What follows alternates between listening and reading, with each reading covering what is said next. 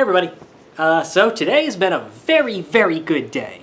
For one, I got my Vinegar Syndrome package. Now, if you remember, a couple weeks ago, or the last video I uploaded, because I've been lazy and haven't uploaded anything else, I unboxed my Flash Preorder stuff. But apparently this year, Vinegar Syndrome had an issue with their merging software or something, where if you did the Flash Preorder back in March, and then you ordered stuff during the actual sale on Memorial Day weekend, normally those orders would all merge together if you did add to existing order, and everything would ship together. That didn't work this year, so the Flash Preorder shipped separately, and then the orders I actually made during the Memorial Day weekend shipped separately much later. And I finally got that one today. And so we'll finally be unboxing the second half.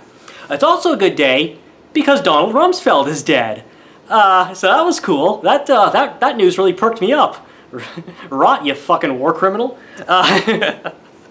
Just making sure I get enough thumbs down on this one for the ratio. It still adds engagement. So, without further ado, let's unbox this sucker, and then I'll do the normal showing you what I got, explaining why I got it, all that good stuff.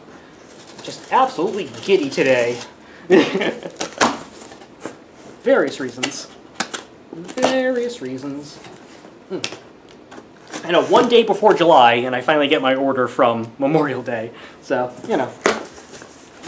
they get mighty popular. So, well, first things first, and right on the top, I bought the Don't Panic pajamas. Now, I have absolutely no idea how thick these are, or if they're going to be really warm, because the ones in the movie look like they're warm. And even though I wasn't a huge fan of Don't Panic, I definitely liked it better than the other movie by that director I saw from the Vinegar Syndrome catalog, which I think was Cemetery of Terror. Was not a fan of that at all.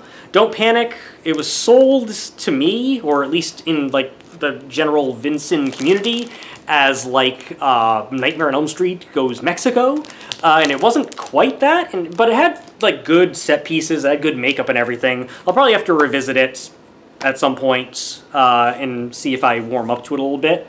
I was kind of just lukewarm on that movie, but I just thought, these pajamas actually looked comfy, so regardless of if I was lukewarm on the movie or not, I just kind of wanted these for the novelty.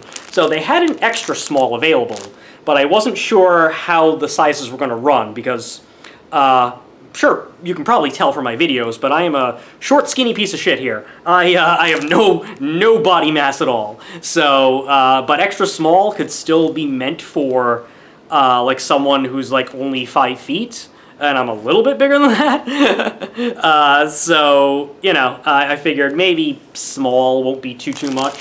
So, I'll try these out and see how they are. But just looking through, I guess I can pull these out a little bit from the package here, but just looking at them, they don't appear to be too thick or too warm, so I might actually be able to wear this in the summer-ish time. I was expecting this would be like a fall and winter specifically. Actually, it feels pretty thin now that I'm taking it out and everything, so let me just do a little thing here. They put a little cardboard in there to make it nice, but it's the PJ pants, which feel like general lounge pants. Like I'm big on the Fright Rags lounge pants. I have like the Ghostbusters ones, the Twin Peaks ones, Halloween, House of a Thousand Corpses. I have a bunch of the Fright Rags lounge pants, and they kind of feel like that, so they don't feel super warm or anything.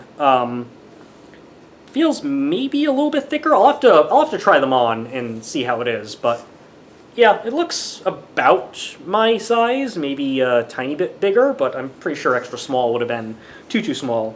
Actually, what I'm going to do is, since I'm still wearing my work clothes, yes, in my business casual work environment, I am allowed to wear short-sleeve button-up Ghostbuster shirts from Middle of Beyond. I'm going to go try these on and then come back, and then that way I can give you a better feel for that before we dive into the movies proper. So, hey, back again. The verdict is that I probably could have used the extra small. The small isn't like hanging off me or anything, but it is, I mean, there's a little bit of room in the sleeves. The pants fit really well, actually. I think the pants are perfect. It's the shirt is a little bit longer and a little bit baggier than I was expecting, but not super, super bad. I mean, this is pointed right on my crotch because of that, but still. But still they fit. The only reason I probably won't wear this in the summer is because they're long sleeves. But otherwise, yeah, this isn't nearly as thick as I was expecting. They're pretty light, so in a cool spring or a fall, or even a winter, I mean, I'd probably just put on wool socks and wear this in the winter. Yeah, I'm actually happy with this purchase, though. It is very comfortable and everything, so cool. Yeah, got my Don't Panic pajamas. Alright, so that was that. Let's get into the main stuff now that is done. So in the first bubble wrap packet, I've got the 2 slip covers that I ordered. They were the new slip covers that came out for old releases, and I happen to have both of these old releases already. So we got Murder Weapon, Deadly Embrace. So that's the Murder Weapon side, and that is the Deadly Embrace side. This was a 2-pack, 1 disc, 2 movies, directed by David Dakota, both starring Linnea Quigley. Murder Weapon is kind of, sort of, not really a slasher movie. It's pretty not very well made, but it is enjoyable for what it is. Deadly Embrace is sort of like a sleazy R-rated version of a Lifetime TV movie about like this woman who's like obsessed with her housekeeper type thing. That was pretty fun. It's probably the better of the 2 movies. Murder Weapon does have Garbage Day. What's his name? Eric Freeman from Silent Night, Deadly Night Part 2, though. So that's cool to see him in a different role. So I've seen that man in 2 movies now that I know of. And then the other one was Nightmare Weekend. This movie has a great trailer. It's on the AGFA Horror Trailer Show disc from AGFA, which I think you can still get from Vinegar Syndrome. I don't know if the slipcover sold out yet or not. The movie itself is not as good as that trailer, but it is still extremely bonkers. And it's definitely a weird-ass movie with this puppet and a sentient computer, and it's pretty fun. It's a mess, but it's fun. So I got those for 2 movies that I already had. Yeah, and then let's see what else I got. Yeah. Okay, so packet number 2. The first thing I'll show is I bought just a blank Blu-ray case. Now, this is very boring. I'll get through it very quickly. The reason I got this. So, I'm pretty new to the world of 4K UHD discs. If you go back a couple months, I bought the region-free player. Also plays 4Ks, so I can play 4K discs for the first time. What I have found out about 4Ks is that they are incredibly fickle. Like a Blu-ray, because of the special coating on it, it's resistant to scratches, it's resistant to dust, it'll play under almost any conditions as long as you're treating it normally.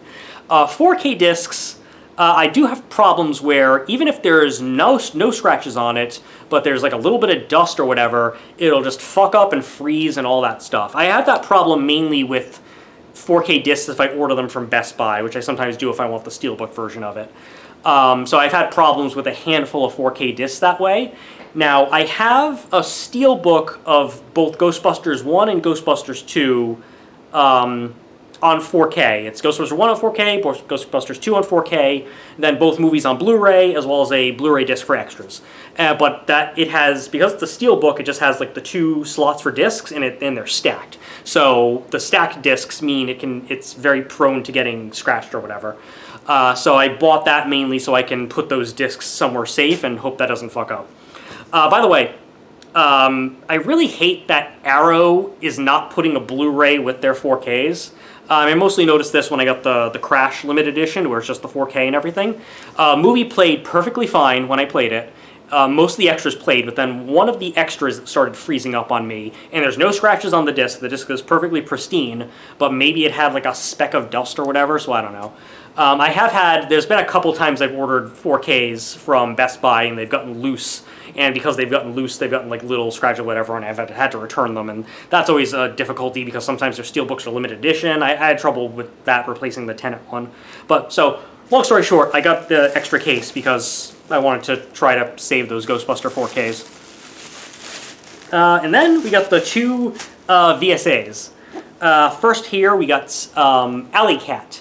So I don't know too much about this movie. I think it's a rape revenge movie or just a vigilante movie, something like that, kind of like a Miss 45 type thing. I know there was a kind of, sort of, not real controversy online a couple weeks ago where the film, as on this disc, is, Vinegar Syndrome is about like film preservation, directorial intent and stuff. So the aspect ratio and the framing is the way it's supposed to be. But I guess there was a previous DVD release of this movie from, I want to say Scorpion, one of the S's. And they had actually reframed it lower so that you saw more nudity in a shower scene with the main actress.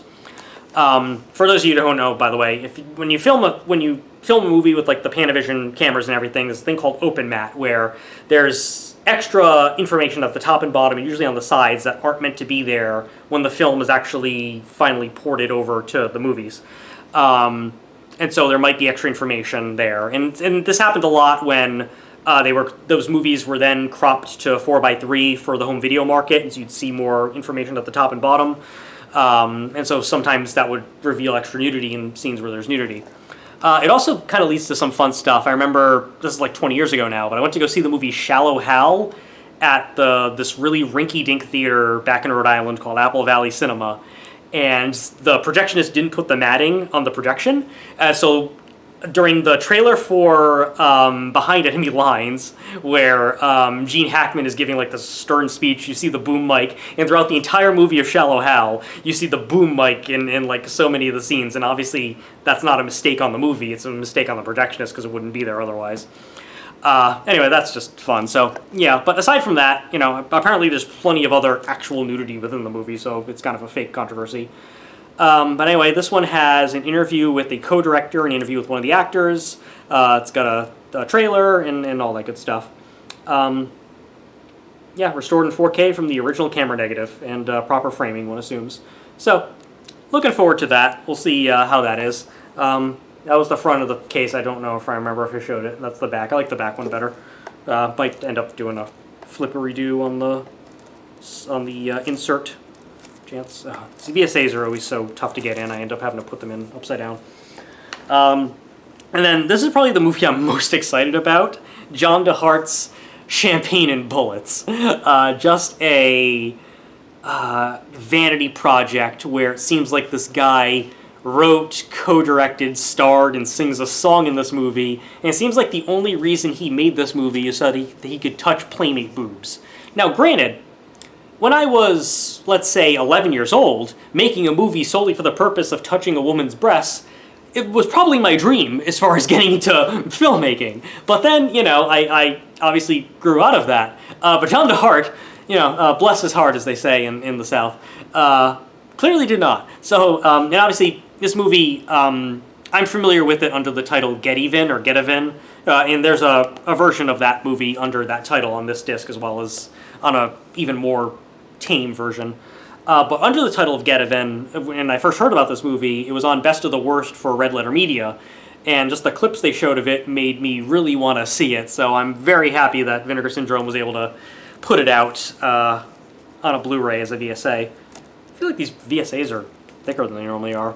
So anyway, it's restored in 2K from the 16mm camera negative. It's got a commentary by John DeHart. That should be a fun listen.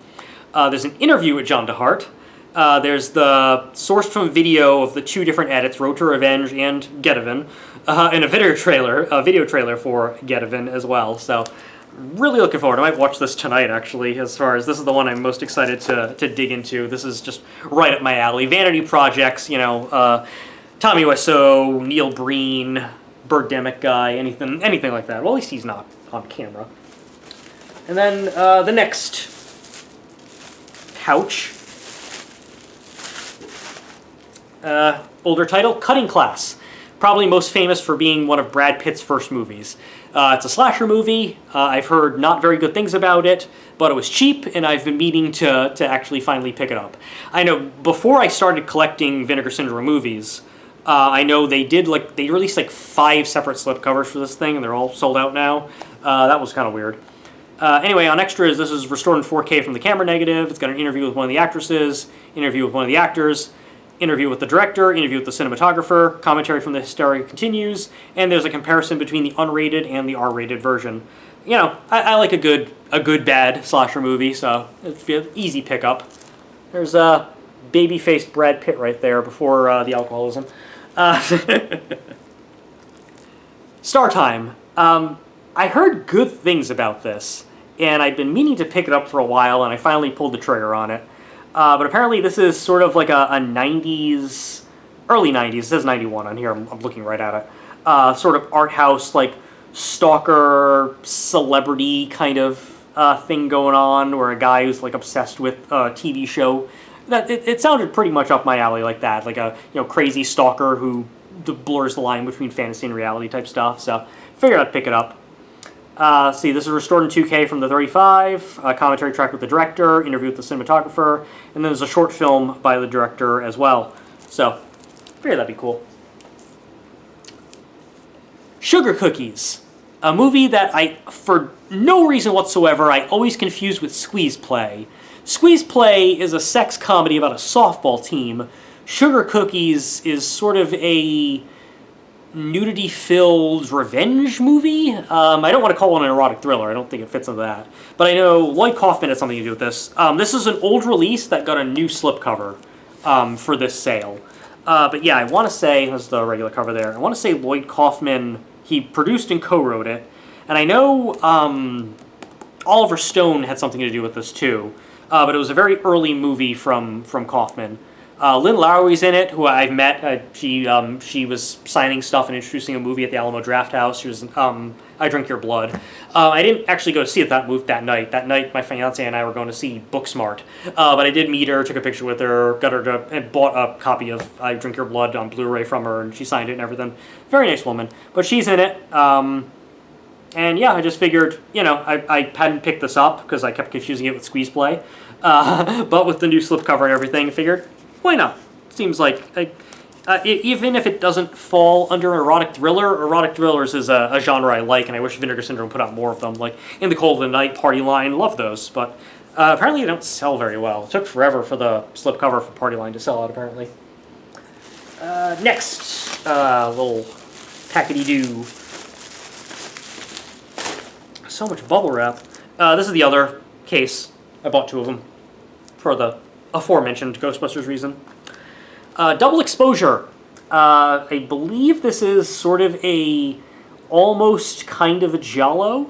And it's about what is it about? I can just read it here. A photographer who shoots nude models for men's magazines, and his life starts to unravel, and there seems like women are being murdered and everything. Seems like a good sleazy murder mystery, maybe almost American giallo adjacent type thing. Adjacent, that's not even a word. So I thought it was worth picking up. It was also pretty cheap because it was an early release from Vinegar Syndrome. This is restored in 2K from the 35 camera negative. It's got a commentary track with the director, interview with the cinematographer, interview with the script supervisor. That's interesting. Script supervisor, huh. Yeah, how'd you keep continuity? You don't see interviews with them that much and just like that. Isolated score. Yeah, so this is also heavy. I wonder if this probably comes with the DVD. Yeah, it's a DVD Blu-ray 2-pack. That's how old it is. But yeah, that also seemed kind of up my alley, almost like Brian De Palma wannabe type movie. And then this is a 2-pack. I love my 2-packs. Prime Evil and Lurkers. Let's see. Prime Evil seems to be like a satanic panic devil worshipping movie. These are both from the late 80s. And then Lurkers seems to be about a adult woman with trauma because her mother murdered her father. Yeah, I don't know. It was also cheap. It was 2 movies for the price of cheap one. So I figured, why not? I do like the 2-packs when they're like this and they're super cheap, like from the same director or whatever. Kind of like Murder Weapon Deadly Embrace was a 2-pack. So I figure, even if I don't like one, I might like the other one. Kind of like, I didn't like Blood Theater, but I did like The Visitants from Rick Sloan. So this is restored in 2K from the camera negatives. There's a commentary track on Prime Evil with the director, isolated soundtrack for both movies, theatrical trailer for both movies. So, yeah, could be good. I don't know, maybe. It's a 2-pack, I like them. And then Grave Robbers. This is a fun cover. I'm trying to remember which one this was. I think I was on the fence about buying this one, and then I finally decided to pull the trigger on it. Anyway, it's restored in 2K from the 35 camera negative. Commentary track with the writer-director in an interview with also the writer-director, as well as the director's introduction, so he was all over this release. So this is kind of a horror comedy supernatural. Yeah, something about like an evil town. I guess like Dead and Buried maybe, but more funny. I don't know. I was on the fence about it, but it's got a wild cover though. This like just crazy dude on a motorcycle. And then the last thing. So this is it. Okay, so let's do this. Hitcher in the Dark, which wasn't discounted, but I wanted it, and I didn't want the slipcover to run out. This is an Umberto Lenzi movie. I assume, much like many movies made by Italians, the title was meant to glomp on to another more popular movie, which would be Rutger Hauer's The Hitcher. Despite the title being Hitcher in the Dark, from what I've read in reviews, there is mostly daytime scenes in this. So this is the front of the slipcover. The back of the slipcover has nudity, so I'm not going to show that. Like this cover's cool. This is a cool retro sleazy 80s type. This is actually, yeah, this is 89. All right, could have been 90s too. Kind of like a New York Ripper type poster. But I thought this sounded interesting. Umberto Lenzi's done some pretty sleazy stuff. I've heard this movie's a little bit tamer than some of his stuff, but it's about like a serial killer who like kidnaps women in his RV or Winnebago or whatever. So let's see, there's a commentary track from two film historians, Sam Dehan and Kat Ellinger. Obviously Kat Ellinger does, they lock her in a basement and make her do, audio commentaries. There's an archival video interview with the writer-director. I don't know, I think Umberto Lenzi has passed away, so that's why. But yeah, so I was very interested in that. I think that was an early release this year. And then Walking the Edge. This is a partner label Fun City release. All I had to hear about it was Robert Forster and Joe Spinell, and I was like, yes, I love Robert Forster. He never became the big star he deserved to be, despite he did get the Oscar nomination for Jackie Brown. He lost it, unfortunately, but yeah. Yeah. Rest in peace. Yeah, so this is from Fun City Editions. This is a 4K restoration from the 35 camera negative. It's got an interview with the composer, interview with the real life cop from that the French Connection is based on, and he was the inspiration for a bunch of other cops and movies. I guess this movie as well. There's a video essay from Chris O'Neill. There's a booklet. That's cool. And there's an archival audio commentary. Actually, there's a new audio commentary with a film historian, as well as a film producer, and an archival commentary with Robert Forster, the director, and one of the actresses. So this is pretty cool. I think this is, yeah, just a cop hunting down a serial killer type sleazy cop procedural. Seems really cool, though. I assume, I know Vinegar Syndrome had a issue with frame dropout, and so they were doing replacement discs for people. I assume my disc is fine. Apparently most people didn't notice the dropout, even if it didn't happen. And then last but not least, another partner label, Donnies Bar Mitzvah. So apparently this is a shot on digital, but made to look like it's shot on VHS. Not sure why they didn't just shoot it on video. I do like the slipcover. It's made to look like one of those old recordable VHS tapes. Aging myself there. There's the side too, so it looks like a handwritten label in there. But it takes place in the 90s, and it takes place at a kid's bar mitzvah. Kids are 13 when they get their bar mitzvah, right? I'm not Jewish, I don't know.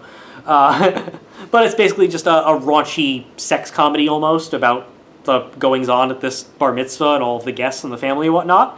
Trailer looked funny, so I figured, why not? Let's take a chance on Donnies Bar Mitzvah. Heard mostly good things about it. Oh, I didn't even fucking read the thing. So there's a commentary track with two of the actors who are in character as two of their characters. I kind of like those. The audio commentary on Reno 911 Miami is really funny, where they're in character as Lieutenant Dangle and two of the others. That can be hit or miss sometimes, but as far as in character commentaries, but that one strikes me as one I really liked. So there's that. There's an interview with the director, a bunch of trailers. There's something called Rabbis React to the Film, which seems like it'll be very funny. So yeah, cool. That's a brand new movie, but it's shot to kind of approximate. Yeah, films that are shot on digital and made to look like they're shot some way else don't always work when they put like a fake grain or fake filter on them. So we'll see how this looks, if it actually looks like it's VHS or if it's a close enough approximation. But looked funny, looked like it'd make me laugh, so why not? You know, raunchy comedies, they don't make them that much these days, probably because most of them were horrendously sexist when they were made in the 80s. You know, Revenge of the Nerds has, you know, a protagonist committing rape in it, so... or even a lot... When you look back at a lot of those movies, American Pie with the spying and everything, they don't really hold up through a modern lens on some of the stuff. Still funny. They weren't meaning any damage. Well, some of them are pretty mean-spirited. I think Zapped is pretty mean-spirited. But otherwise, they're just sort of a product of their time. You can still have sort of woke sex comedies. You're getting a lot more of those from a female-centric. I mentioned Booksmart, which kind of fits into that category. But yeah, you know, it's a genre that it could use a comeback under the modern lens. A Good Boys was another one that was pretty funny. But anyway, yeah, so that was everything I got. Hope you enjoyed this unboxing. Housekeeping stuff. There's other videos I would like to be making, but I'm super busy and I've been stressed with some work stuff and some other things past few weeks. Once things settle down a little bit, hopefully I'll have time to make more videos about individual movies or the movie business as it is, and finally finish that fucking Serbian film video that I started in like March or April of this year. All of that stuff. But anyway, thanks for joining if you watched all of this. And, I did buy some stuff in the Severance sale as well, so whenever that gets here, I'll probably do an unboxing of that too. I don't buy nearly as much from Severance as I do from Vinegar Syndrome, so it would be much shorter and more consolidated, but I'll do that as well. But anyway, that's it. Oh, and I keep cutting myself off. I did buy the back half of the year subscription. So starting in July, I will get the monthly packages, so I'll unbox those too if people are interested. But yeah, there you go. I'll shut up now. Like, subscribe, all the good stuff. Bye.